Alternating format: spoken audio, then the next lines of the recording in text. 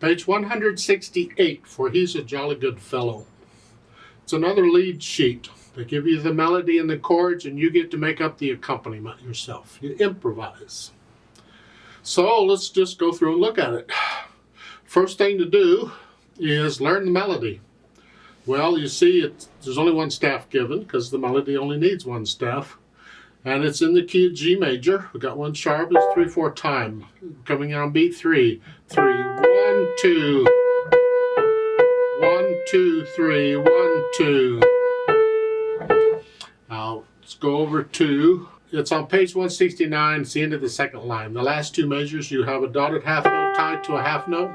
And then going on to the third, you got to lift here, you come up just a little bit, and 2. And you finish it there.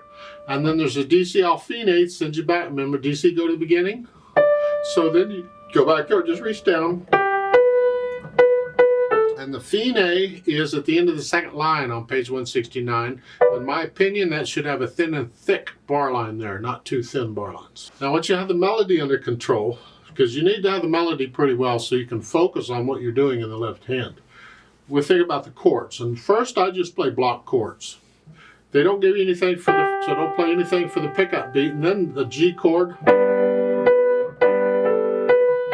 C chord, and then D7 chord. I just go through and play block chords just to make sure I got the harmony okay, it sounds okay. Then I'll go through and maybe see about altering the chords and the rhythm. I could play broken chords, and the 3/4 time I could do that.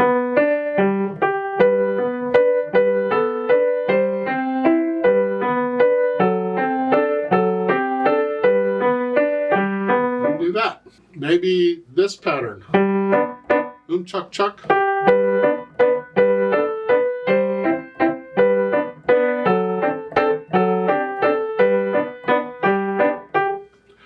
Mix them up.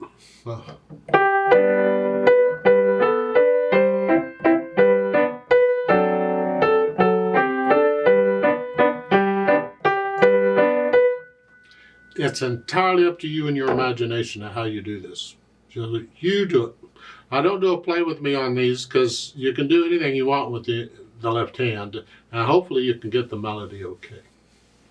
I will explain at the top of page 169 in measures 11 and 12. They have the word extend.